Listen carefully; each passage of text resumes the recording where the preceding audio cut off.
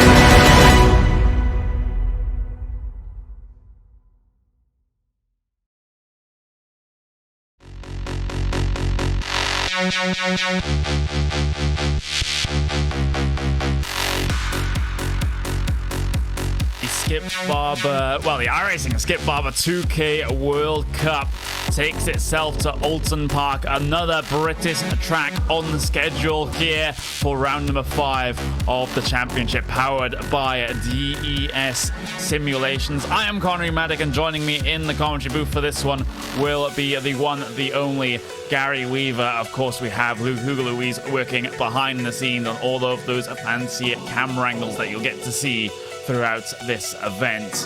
Of course, we head to Oulton Park, Foster's circuit here for this particular round of the championship. A little bit of a shortened layout compared to the full one here today, as it'll be a fast and furious lap with qualifying times being set around about the 1 minute and 6 second mark. There's the schedule just disappearing from your screen right now as drivers, well, they are coming towards the end of their qualifying here, Gary. And well, we've already had a short British track on this schedule in the form of Brands Hatch a little bit earlier on in the season. It's going to be a similar sort of thing here today at Oulton.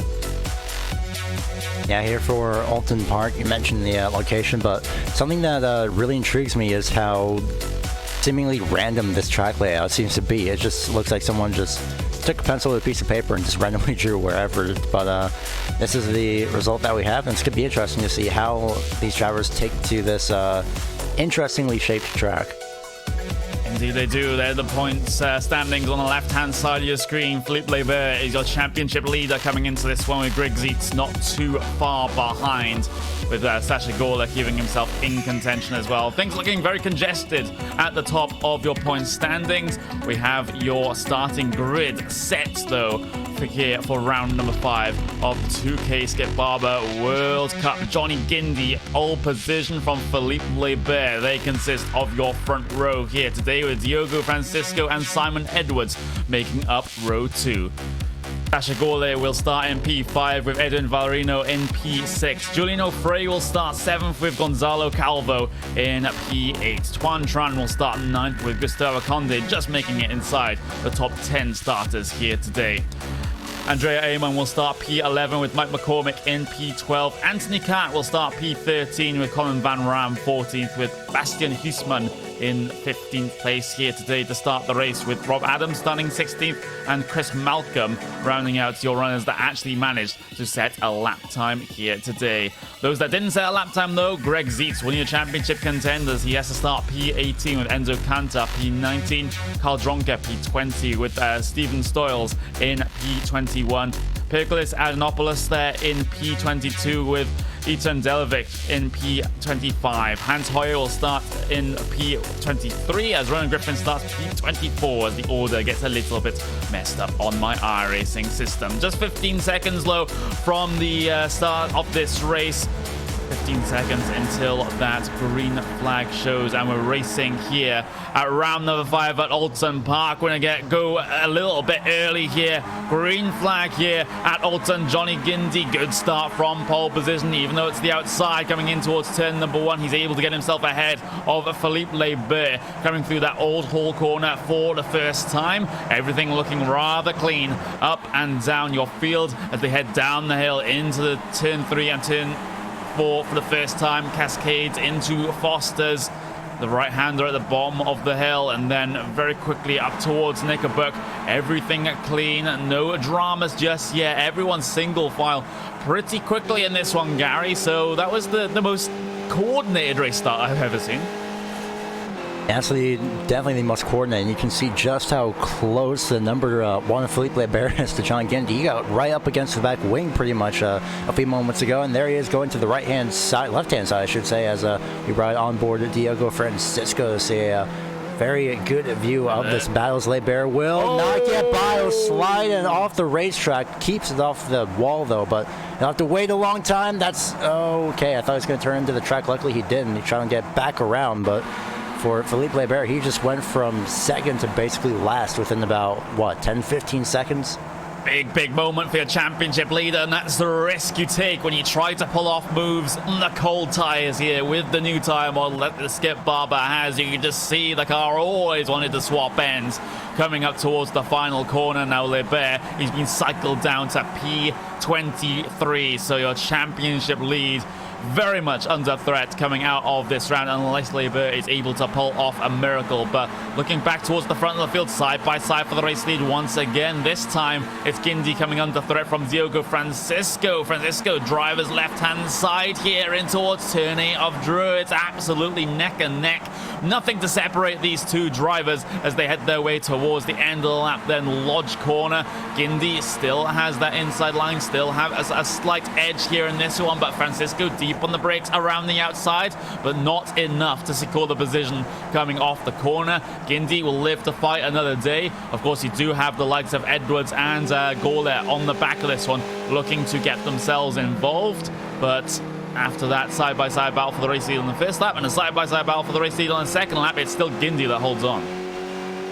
It's absolutely amazing to see how Gindy is prevailing for the time being. Francisco might try to make a little bit of a charge in maybe a couple laps, maybe even a couple corners time, but right now we see that on cold tires, passing on the left-hand side in this upcoming section does not work too well. So now that the tires have warmed up, somebody might try and risk it, but after seeing that at the especially if you're at the front and you saw that, you might want to say, well, you know what, I think I'll stick to just following the leader for the time being.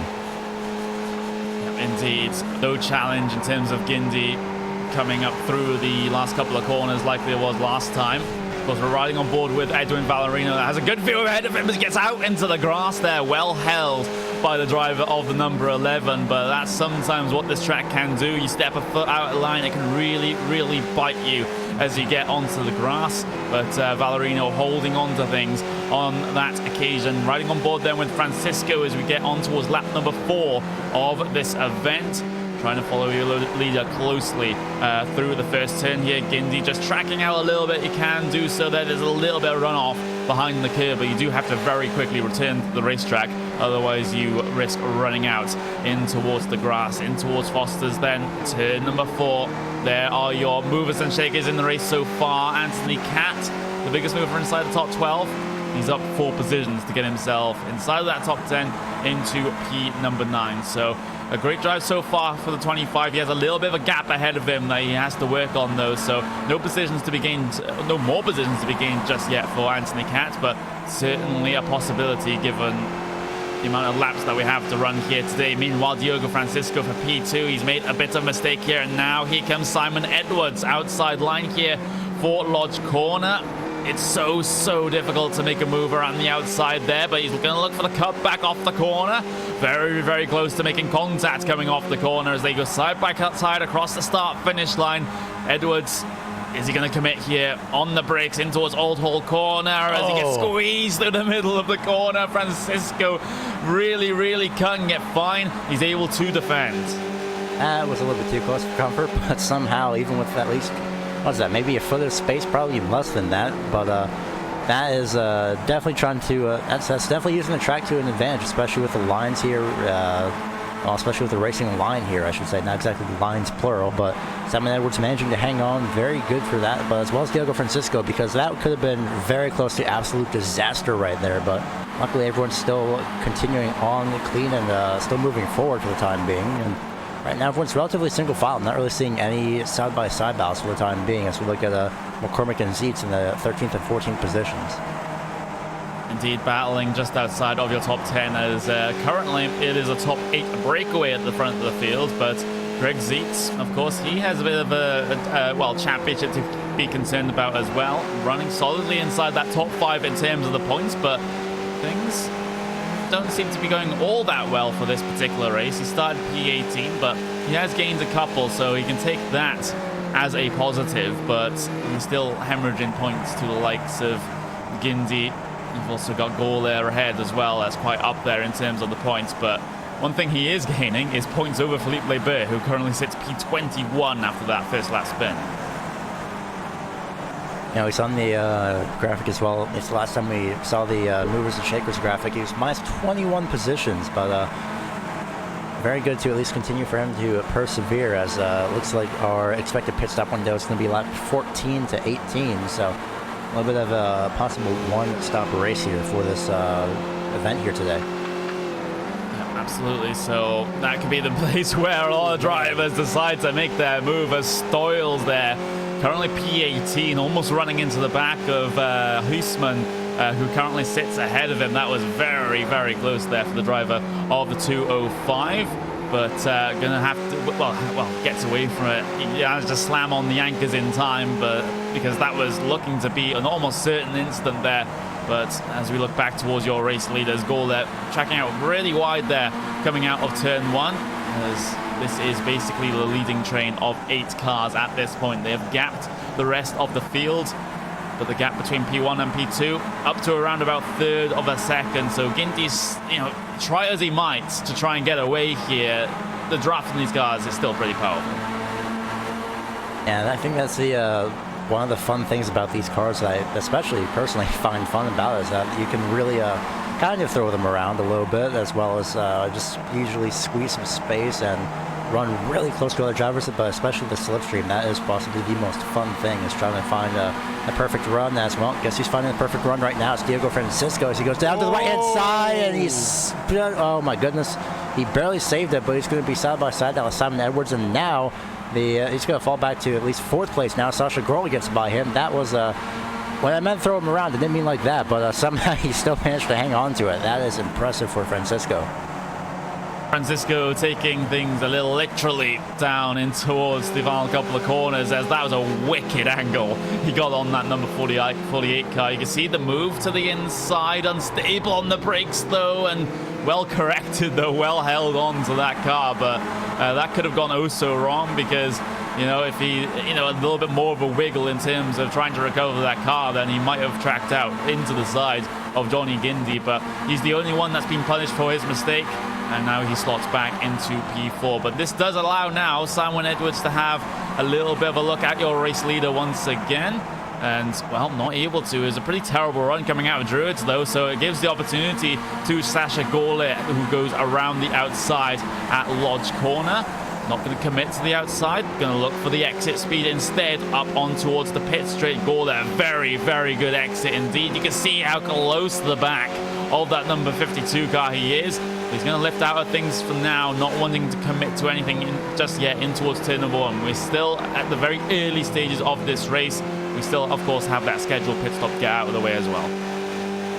That scheduled pit stop will definitely play a little bit of favors into this, especially with how relatively essentially small this track is. It's only just over 1.5 miles, but you can walk this really if you wanted to, but especially with how small this track is, how, I guess, narrow in a sense at some areas, especially with seemingly most areas of the track, you're going to have to be very careful with pit entry, pit exit, and really just all-around general awareness, especially when pit stops start happening and the field really starts to get a little bit more spread out in the process of that. Gindy is still trying to break away right at the front of the field. He's got himself about 5.5 tenths of a second advantage right now, so pretty close to being able to do so, which would give him a huge buffer to those cars behind when it comes to the pit stops. But, you know, it's a bit of a catch-22 situation, you know, double-edged sword, whatever metaphor you want to put out there, because at the front of the train, he is the one that's using the most fuel. So the guys further back in the train can just lift and coast a little bit and maybe have a little bit of a shorter stop as a result. So you know, it's really a thinking man's race in most of these races when you have these pit stops involved. Where do you want to be coming through this first half of the race where it's all just setting up for that stop? Honestly, when setting up for the stop, personally, I like to be at least in the I like to be in the back just so I know. But at the same time, the thing is that if you're trying to get as much speed as possible getting into the pit road, just so you don't lose time on the racetrack, you might unfortunately end up hitting somebody at the in the process. I believe we saw that last week as well, but at Brands Hatch. But as far as pitting in goes and really strategy, just play it as careful as possible getting onto pit road at the most, and then when getting out, play especially a little bit more attention, because that pit exit is going to come up very soon with that first corner. Very, very soon indeed. It's going to be a little bit of an interesting one, rejoining the circuit here. Of course, there's the pit exit right there, so certainly a lot of space to be able to do so, but certainly not a comfortable situation either, as these guys head their way through that downhill section of Cascades. A little bit of a roller coaster down there before you slam on the anchors for turn 4. But no, like, incredibly slow speed corners at this racetrack. It's which makes it pretty difficult to overtake, since you can't just go for an almighty send. It's all basically medium radius, medium speed corners, where it's so difficult to gain an advantage when you're the car behind in the battle. It's really difficult for something like that, as especially with essentially how high speed this track is. It's not exactly high speed, it's not exactly low speed. It's definitely, it's a little bit in the middle at some points of this racetrack, and that can definitely play a little bit of a damper. We do have these long straightaways here, like the front straightaway, for things like slipstream and things where you can really try and get an advantage getting into a corner. But really, all in all, it's the only place you can really get an advantage, I believe, is the front straightaway. And if you're lucky enough, at least this next straightaway a little bit, but really nothing major here for in terms of advantages. But I did see Johnny Ginty at least maxed out at 100 in that little short shoot section there. So it definitely has its mix for these drivers. Yeah, absolutely. And well, these guys still working their way around, and they've been relatively quiet here in this leading train. It's just been, you know, a couple of mistakes here and there that has put that has given drivers opportunities rather than drivers themselves creating their own opportunities. So it's really a difficult situation to be in for a lot of these drivers. I'm just having a little bit of a look down the field though, because I am very interested to see how far up the field the likes of the number 1 car can climb. That's Philippe Lebert, because, you know, he had that spin going for the race lead on that first lap of the race, and well, the cold tires stung him, and now he's been on a recovery drive ever since. He's gained a couple positions, yes. He's gone up into P18 at this stage, but it's certainly not the big old points haul that he expects week to week. It's really on the downside, unfortunately, for Felipe Albert this week, especially since double checking the points. He's championship later coming into this right now, so not exactly going to help out. So the thing is, for this, he'll have to hope that something happens on pit road, or at least he can get an advantage on pit road. Last week he did pit early, and that did help him out, but right now it doesn't seem to be the case. He might be just deciding to wait it out. He might even stretch out his run for this week, but really, Lebert just has to hope for the best on his run and just really make it to the end at the most.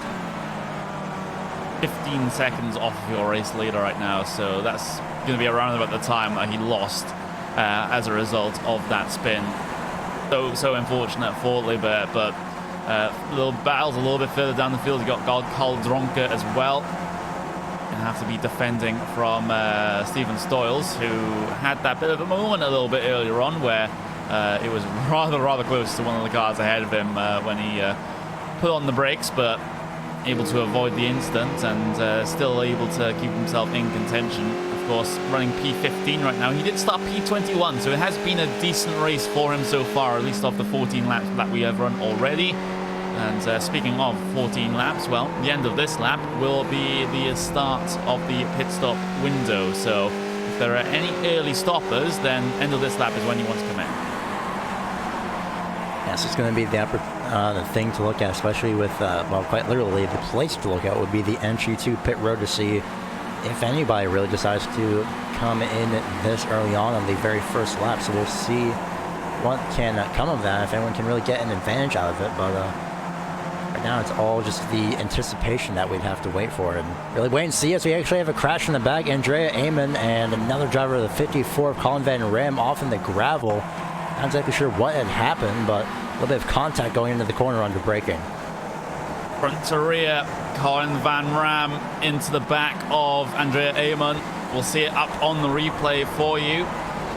Coming down into the right, yeah, big bit of contact, snapped rear suspension there. I thought Andrea Amon snapped front suspension as well on that front right wheel, so he's gonna be able to actually bring it down onto pit lane to be able to some form of repairs to that car, but not a great incident there as far as Andrea Amon. Really, he clipped the pit wall entry, just completely sheared that front wheel off, and well, he's able to get it stopped in the box, and it's a race car that was basically hung together by bits of string and some duct tape when that car was in its stall, basically. Yeah, that's really unfortunate for Andrea Amon there, but luckily for everyone else, or at least the lead cars, no one came into pit road that time around. Well, actually more, I guess both drivers, both the lap cars and the lead lap cars, because no one went into pit road that time around. I'm not seeing anybody. Nope, right when I say that's Ren Train, and the 21 is in pit road already, so as well as Anthony Catt, and it looks like the 181 as well starts to join, so it's really just a little bit of luck essentially in that timing, but it definitely could have been a little bit worse if the lead cars had decided to come down that time around. Indeed, Edwards actually not having the greatest of runs out of Nickelbrook, but I don't think it's going to be a cause for concern for him. Gawler not in a position to be able to challenge right now as they head themselves through turn 8 of Druids, and now maybe some of these drivers deciding that maybe end of lap 16 is when they want to decide to pit. Vast majority of drivers haven't pitted in just yet. Will this change this time around? Gindy stays out, Edwards stays out, Gawler stays out, but Diogo Francisco from P4, he does pit in here, and he is the only driver on pit lane on this particular lap, at least so far. But just as I say that, Carl Dronke decides to angle his way down to try and get his service done. It looks like that everyone's going to have an unintentional mutual agreement essentially to go to pit road early on, or sorry, later on I should say, in the pit stops that we will have, so, or in the pit window that we will have, and it's going to be a little bit crazy if everyone decides to come into pit road this time around, but let's hope that won't be the case, but we'll just have to wait and see. And these pit stops could be so crucial as well, because it doesn't look like anyone can get any passes done out there on circuit right now. It's so difficult, but one opportunity that you may be able to get is actually able to get these pit stops done, these passes done in the pit stops. So what happens this time around? Johnny Gindy down in from the race lead. Simon Edwards. Oh, he goes so deep. No, he makes contact in the pit lane with Gindy. Oh, that is so unfortunate. Further contact as Gindy gets launched up in the air. He's not going to be happy about that. Look at him 3 wide in towards their pit stalls. Simon Edwards has completely snapped a rear wheel there, but what a blunder there from Edwards. Oh man, he was headed straight for the inner wall, and then just, oh my goodness. I think that's wow. I have no words just to sum that up. I have absolutely no words for that. Yeah, that I can't really justify that from Simon Edwards' position. Yes, you want to gain as much time as possible on pit lane, but that is basically 3 or 4 car lengths back. He's misjudged the braking for the pit lane, ran into the back of Gindy, had further contact on the lane as well. And Valerino, he's just a spectator to everything happening ahead of him. Yeah, Valerino is, in a sense, really lucky. You can see how quickly he was coming in, and then he had to slow up a little bit more under the speed limit for pit road. But, oh, man, I have no words to that. Sasha Grohl, Julian Offret, and Gonzalo Calvo are all currently in pit road as of right now. A very clean entry, and that's the thing about pit road. I think that I mentioned from something from Brandsatch, essentially, from last week, is that you really don't want to give too little space. You need to have time to at least, give yourself to slow up and make sure that you get in pit road without rear-ending the person in front of you. So that's what I said earlier, is that it's better to be at the back behind the drivers entering pit road. And Valerino really was in that position very well in a sense. He was far back enough to really not get involved in anything.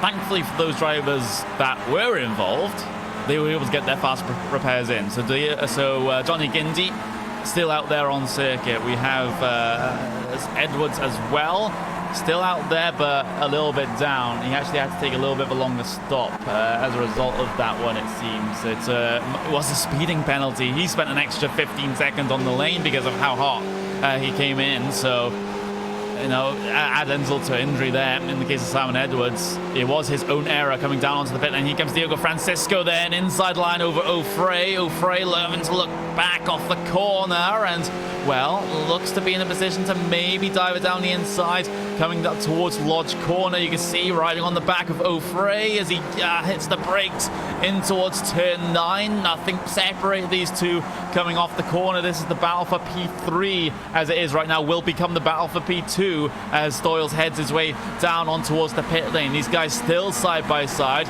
Chris Francisco around the outside just slings it in there, gets a little bit of a slide on, and he's able to secure that position ahead of Julian O'Fray. But O'Fray is looking very, very strong indeed. He's still harassing the back on the way down through Cascades, and now into the slowest corner of the track. That's Foster's corner, turn number 4, as Francisco is now pretty comfortably ahead. But that was a very, very interesting battle between the two of them, and actually it might not be over just yet, because O'Fray had a good run out of Nickelbrook, and now outside line for Druids between these two, absolutely neck and neck on the brakes, but O'Fray can't find the perfect line needed to be able to get around. I was about to say, I don't think it's over considering how close O'Fray is. Now he'll go to the right-hand side, at least try and get some type of a run, but nothing for this corner as of yet. So O'Fray he's not letting that position go for sure. He's going to do a little bit of landscaping himself there off the final corner. But right now, I'm pretty sure Sasha Grohl is loving to see this in his rearview mirror, just seeing these two go side by side pretty much for about 2 laps there at most, definitely an entire lap for sure. But I think at that point, the 33 had just used up everything on those tires enough to really warrant a little bit of a slowdown in front of the car. Not really enough grip to try and get back to it, but I'm pretty sure that Offret is definitely going to strike again, unless Johnny Gindy has other plans. In that case, he'll be moving up his way to 3rd place in a few laps. Yeah, Gindy, it would be quite a recovery after what happened on pit lane, but pit lane entry is probably one of the better places to have a bit of an accident, especially when you do have the fast repairs in this series. And Gindy now looking to get himself on towards that 3rd step of a podium, and he's going to be driving like a man possessed right now if that incident has riled him up a little bit. Of course, Simon Edwards nowhere to be seen thanks to that 15-second penalty due to speeding on pit lane. Here comes Gindy then out of the final corner, looking to get one over O'Fray as they head themselves down the pit straight on towards lap number 22. Gindy easily worked past, completes it down the inside at turn 1. Absolutely no complaints there. That was pretty clean. That was a very smooth and a very quickness from the 18 of Johnny Gindy. But again, speaking of not letting positions go, I think Alfred might definitely stay against the rear bumper there. He's definitely not letting that position go. in terms of distance. But now the fun part is going to be the slipstream here down this section of the racetrack. That's, I guess, a back straightaway in a sense, but right now I wouldn't be surprised if he peeked into whatever direction possible. Gindy trying to break the slipstream, and that works just a little bit. And he will remain in third place with really no offense from the 33 right now. Out for the race lead is getting close as well. So two battling pairs right at the front of your field, riding on board with O'Fray. You can see the two cars further down the road. That's your race leader and P2. And O'Fray, well, he'll be concerned about the car directly ahead of him. That is going to be the car of Johnny Gindy. Gindy able to pull off that pass. Just a lap ago, and out of the first corner they come. Gindy still trying to work at keeping O'Fray behind and maybe trying to close this gap between your two race leaders right now. Francisco, he's all over the back of Gorlet as they head their way through Foster's, through turn 5 of Knickerbrook as well. Francisco, he's had a slight chance here and there. He's had a slight opportunity, but he's just biding his time for the moment. He has about 9.5 laps to be able to make this one work. Same can be said about O'Fray in that battle with Gindy for P number 3 as well. So these two battles, I'm not entirely sure who is going to come out on top in each of them, but if we're going to have a fantastic finish here, well, it's going to be one of these that gives us it. Yeah, we had a very interesting battle for even so much as third place excuse me, last week at Brands Hatch, so that was very exciting to see. Definitely essentially two battles taking place at almost the exact same portion of the racetrack. So we'll see how this fares in the final 9 laps, as going a little bit wide was Sasha Grohl there, but manages to hang on to it, just using maybe a little bit too much runoff as possible, but still using that runoff, as it looks like Francisco was a little bit loose, but maybe that was just me. But he's definitely right on top of that back rear wing, and he might have a shot here down the straightaway to make a pass for the lead, unless he's going to stay right behind and make a little bit of contact. He's going to squeeze himself to the left-hand side. Yeah, he's going to try, but nothing there for that first half. He does have this chance on corner entry, but still nothing from Francisco for the moment. He is all over that back bumper. So close, absolutely nothing between them. Here comes the inside move then for Francisco on lap 24 of the race. Inside line for Lodge Corner, and he's gaining the advantage off the corner as well. Fantastic exit for him, but this one isn't done. And all of a sudden, Johnny Gindy, he's involved in this one as well. It's going to be a 3-car scrap here for the race lead in the closing stages of this race. Gorlet doing all that he can off the corner. Looked like that position had been lost, but he keeps the race lead, and now Johnny Gindy looks to get himself onto that second step of that podium, and I wouldn't put it past him to get to the top as well. He's going to try and do whatever he can, as Francisco got a little bit loose off that right-hander. Gindy looked to the right-hand side, and there was absolutely nothing there, no momentum from Gindy off of that corner, and just as quickly as it started, it immediately fades away. But this also brought the 33 of Julian Offret back up with John Gindy. I was going to say a few laps ago that if the top two actually kept battling, that could bring John Gindy into play, but now it's also brought Julian Offret with them, since they were both side by side, and right now it's going to be a 4-car race for the lead, and right now it's really just getting started for the time being.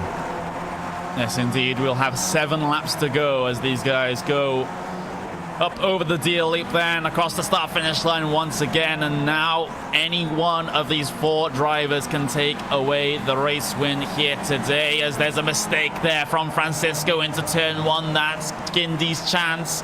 Gindy's slight chance that he'll have to back out of as they head their way through Cascades once again. And well, O'Fray, he's in the background ready to pick up the pieces if something happens amongst the top 3 here. But Gindy, he's taking no prisoners right now. He's given Francisco no room to work with, no room for error, as they chase each other coming through Knickerbrook, and now up the hill through turn 6. Here comes Gindy then. Both of these drivers have a run over your race leader as well. Gindy up over the curb, not a lot of room, a little bit of a wiggle, a little bit of a contact, and he's out into the grass is Gindy, and now Francisco Francisco is at risk of losing the position to Julian O'Fray instead. There's the replay up on screen. You can see how aggressive Gindy was. He gets up over the curb there, and now the car was completely unsettled while trying to slow the car down for Druid's corner. But now Gindy, he's gone down in towards P number 5 now, and Julian O'Fray is the driver that currently is in second place, capitalizing on all of that. Yeah, he got by Diego Francisco, I think, a little bit loose again, and you can see, unfortunately, Johnny Gindy in pit road right now, and a little bit of a close battle now for at least P5, I believe, for P5. Yeah, that actually is correct. So, I don't know. While Tren's trying to hold off Gonzalo Calvo, he's doing a great job. They were pretty much connected, almost bump drafting down the straightaway there, but a little bit of separation between those two, as you see the top 3 right now still all in line, still waiting to strike. And this is going to probably be, this might get even a little bit more heated now as the laps wind down here at this little track of Oulton. It is 2 teammates that currently lead this race, P1 and P2. So O'Fray could potentially play a little bit of rear gunner here, or at least make sure that Francisco is kept at bay, or we could just see a battle between these 2 leaders coming towards the end of the event. 5 laps to go as they head their way across the line. O'Fray will battle with his teammate in towards turn number 1. That's exactly what we like to see coming through there. Francisco, yeah, he did search for a gap to make it 3 wide coming through turn 1, but unsuccessful in doing so. O'Fray not afraid to battle with his teammate, not afraid to battle with anyone on this racetrack, as they are so close, all 3 of them, through Foster's corner. Out of that one, there's a bit of lap traffic further down the road, which may affect things at the end of the race or coming towards the final couple of laps. They will all close up due to the draft again. Going up the hill, here comes O'Fray then. Gaulet is going to have to be on the outside then. Here comes Francisco trying to rise his way into the gap, coming through Druids. Hasn't quite got the position. O'Fray got to the race lead, but that one isn't certain at all. They're all stacked up in towards turn number 9. Gaulet still trying to fight on the outside, but the outside hasn't worked here going through turn number 9 for the drivers that have attempted it, and now Gaulet has to be concerned about keeping P2 instead of maybe going for P1. Francisco, he's got 1 pass done. He'll get the 2nd pass done perhaps in towards turn 1. He wants the race lead. He doesn't want P number 2, as these guys are going to absolutely go balls to the wall coming down through Cascade. O'Fray still trying to hold on to the race lead. Francisco, though, 2 passes done in a quarter of a lap. He leads through Foster's. Didn't mean to talk over you there. I thought he was going to make it 3 wide just a lap ago, but somehow, some way, he doesn't even need to make it 3 wide to get by, as it looks like Alfred's going to peek out to the left-hand side for the race lead down the straightaway. And right now, this amazing 3-car battle might become a 4-car battle, as Edwin Valerino, you see there lurking in the distance, in the background there, as right now trying to get around the outside is Julian Alfred, and right now staying on the inside. Now also joining the inside is Sasha Gorlo, but right now it's not going to work. There's a gap to the middle, but the 17 wisely chooses to not go for it, as the front 2 remain side by side in the right-hand turn. This will give advantage to Francisco on the 48, and this time around it's only going to be 3 laps to go. And I thought it was going to be single file, but that's not going to be the case now. He's not clear. He's simply not clear. They're still side by side into turn 1 on lap 30. Just a couple of laps to go here. 3 laps to sort out their differences. Now, does Francisco have the race lead clear? Not quite. O'Fray just keeping a nose in down through Cascades, but finally Francisco can just breathe a little bit more. But O'Fray still keeping that tight around his neck right now, because O'Fray's gonna pressure him all the way up the hill through turn 6. This is fantastic battling amongst all of your race leaders, and it's bringing P4 into contention as well. O'Fray, he's being able to pull off the pass before Druids. No, Francisco still keeping himself in contention. Gaulet, is he going to shoot the gap? Are we going to go through the middle 3 wides? Yes, we are. Coming up towards Lodge Corner. Gaulet in the middle, Francisco on the inside. Gaulet has to back out, and now Gaulet gets himself up into P2. Francisco, this is absolutely frantic stuff, and all of a sudden Valerino is looking to stamp his authority on this one as well. Where did Valerino come from? He was just saying all the way back from an incident earlier on. He started 6th place and he's just sitting here in 4th like nothing even happened. It might even bring the 225 Calvo and the 21 of Tran here in a few moments, but we'll have to find out in this technically 1.5 laps right now, because it's gonna be absolutely wild here in these final few laps, and at this point it could be pretty much anybody in the top 6 really that can get a shot at this lead, as now it's going to be Sasha Gourlay maybe peeking out to the left-hand side. I'm pretty sure he's going to make a run to the right side, but that will not work as Fret now chooses the left-hand side again. That's his go-to, and he'll shoot through, but nothing doing for at least Francisco. And oh man, Sasha Gourlay, you saw her with the onboard working the arms as much as possible, and I'll fall back in behind his teammate now. And I still can't believe Francisco is at the moment up in the first, because he had an amazing pass and an amazing battle, and this time by, it's the white flag. Coming up to the final lap, white flag out there. Tran trying to make a pass in the background there, as they'll go side by side with Calvo involved in that battle, but the race lead is going to be where it is at then on this lap. Francisco, he's put in a ton of work to get himself into the race lead. He's been challenged at every single corner, every single point in this race. He started P3, but looks to take the checkered flag here at the end of 32 laps of racing at Oulton Park. O'Fray, it hasn't really been the best of first sectors. It's 0.4 of a second between himself and Glory here in this round of the 2K Skip Barber World Cup, powered by DES Simulations. Is it going to be Francisco winning this one out? I believe he has just done enough on this final lap to keep his competitors at bay. It needs a huge move here through the final corner for O'Fray to be able to challenge, but he is simply way too far back. What a brilliant race at the front of the field. Diogo Francisco, though, checkered flag. He will be the winner of this round of the 2K Skip Barber World Cup. Well, I can finally breathe now, because that was I have no words for that as well. That was absolutely incredible. I guess there was our words, but absolutely an amazing job by Francisco and pretty much everybody in I guess in this case, the top 6 to really keep it clean to the end. That was absolutely incredible racing here at Oulton Park.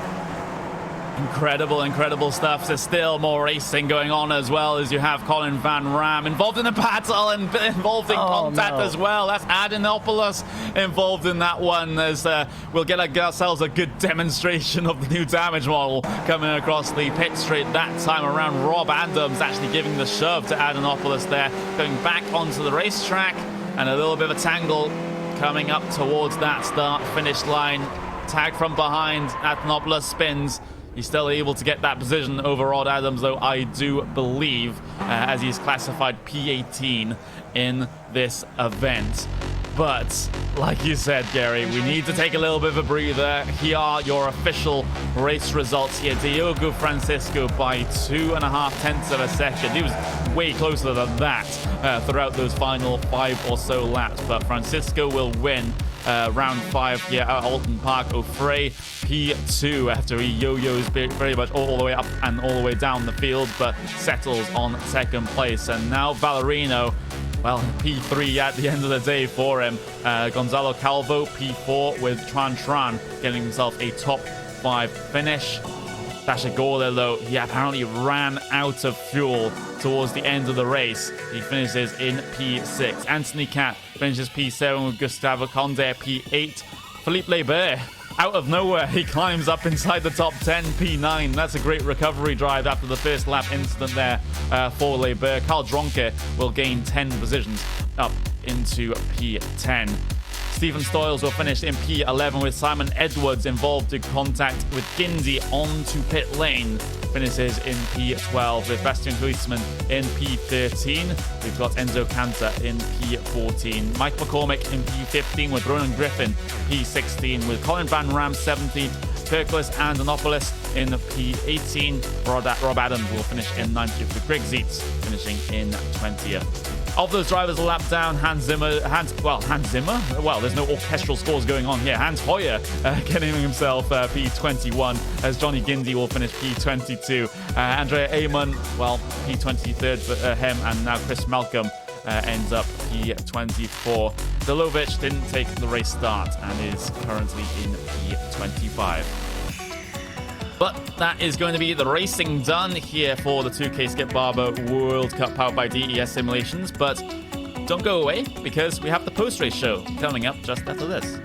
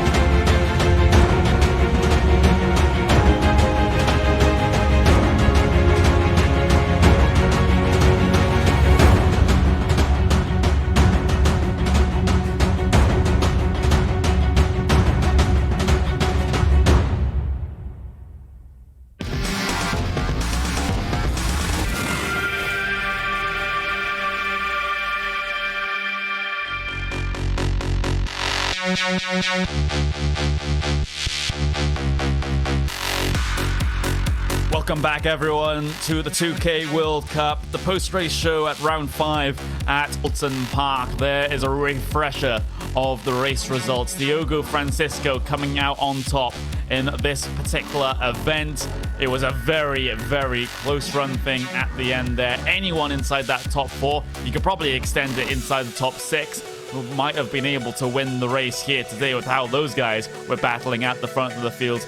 Keeping it very, very clean, though, which is what we like to see, and we can get ourselves a little bit of a chat with Diogo Francisco. What a race, what a battle there at the end. Just talk me through your feelings. Have you calmed down? Have you stopped sweating yet? No. That was so freaking intense. That was just pure fighting all the way. I mean, as soon as I made that mistake from when attacking Johnny on the first stint, I knew I had to back out of it because I would be too far back and just wait for the second stint. Hopefully do something in the pit stops. So yeah, I had a really good pit. I managed to pit in front of everyone with no obstacles. And after that, it was just, well, what you saw. Everyone just fighting very heavily, very closely. And yeah, I'm happy for that win. I feel like I earned that one.